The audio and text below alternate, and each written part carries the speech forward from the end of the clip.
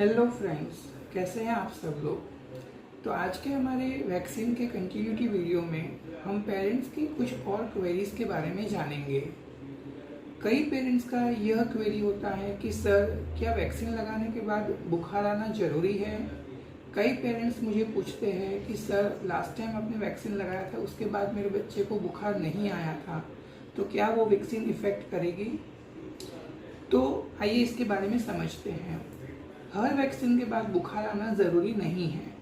कुछ वैक्सीन ऐसी होती है जिनकी रिएक्टोजेनिसिटी ज़्यादा होती है, तो उसमें बच्चे को 2-3 दिन तक बुखार रह सकता है, पैर में सूजन आ सकता है, रेडनेस हो सकता है, जिसे हम रिएक्टोजेनिसिटी कहते हैं। कुछ वैक्सीन माइल्ड होती है जिससे रिएक्टोजेनिसिटी कम होती है या फिर उसकी वजह से बच्चे को बुखार नहीं आता है। लेकिन ऐसा बिल्कुल भी नहीं है यदि वैक्सीन लगाने के बाद बच्चे को बुखार नहीं आया है तो वो वैक्सीन इफेक्टिव नहीं है। ये एक बहुत बड़ी गलतफहमी है। वैक्सीन का काम हमारी इम्यून सिस्टम को स्टिमुलेट करना है और हमारी बॉडी में जाके एंटीबॉडीज प्रोड्यूस करना है। तो कोई भी वैक्सीन बॉडी में जाके उसका काम तो ज़रूर करेगी। दूसरा, इसी की तरह का एक एग्जाम्पल है कि BCG वैक्सीन लगाने के बाद बच्चे को वैक्सीनेशन साइट पे फुंसी जैसा होता है, वो पक जाता है और थोड़ा रिएक्शन होता है। तो कई पेरेंट्स का ये क्वेश्चन होता है कि हमारे बच्चे को BCG वैक्सीन लगाने के बाद वो वैक्सीन पका नहीं था, तो क्या वो वैक्सीन इफेक्ट करेगा। तो इसका भी जवाब सेम है, हाँ। हर बच्चे का रिएक्टोजेनिसिटी और इम्यून सिस्टम अलग अलग तरीके से काम करता है।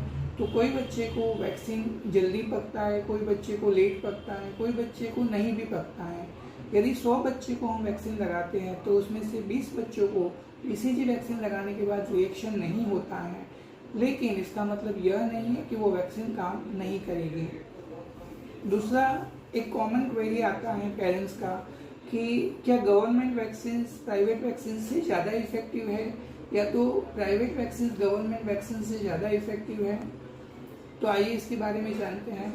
गवर्नमेंट वैक्सीन और प्राइवेट वैक्सीन ऑलमोस्ट सेम होते हैं। आप गवर्नमेंट में वैक्सीन लगाओ या प्राइवेट में वैक्सीन लगाओ, दोनों की एफिकेसी ऑलमोस्ट सेम होती है। गवर्नमेंट वैक्सीन जो गवर्नमेंट सप्लाई होती है वो कुछ और ब्रांड्स की होती है या प्राइवेट वैक्सीन की ब्रांड चेंज हो सकती है, लेकिन वैक्सीन की एफिकेसी गवर्नमेंट सेटअप में और प्राइवेट सेटअप में सेम ही रहती है।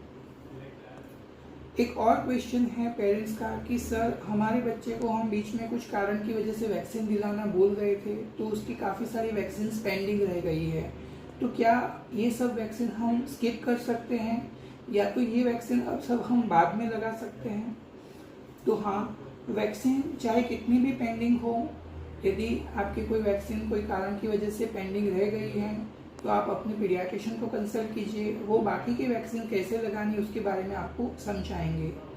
कुछ वैक्सीन देने का टाइम पीरियड लिमिटेड होता है, जैसे कि रोटा वायरस की वैक्सीन 8 महीने के बाद नहीं दे सकते, BCG की वैक्सीन 5 साल के बाद नहीं देते हैं।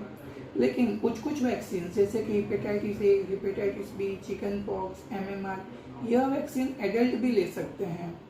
तो यदि आपका कोई वैक्सीनेशन का एक डोज हुआ है और बाकी के डोज पेंडिंग हैं, तो हम आगे की वैक्सीन को फेल गिन के नया शेड्यूल चालू नहीं करते हैं, लेकिन आगे की वैक्सीन को कंटिन्यू करके बाकी का जो वैक्सीनेशन शेड्यूल है उसको कंप्लीट करते हैं।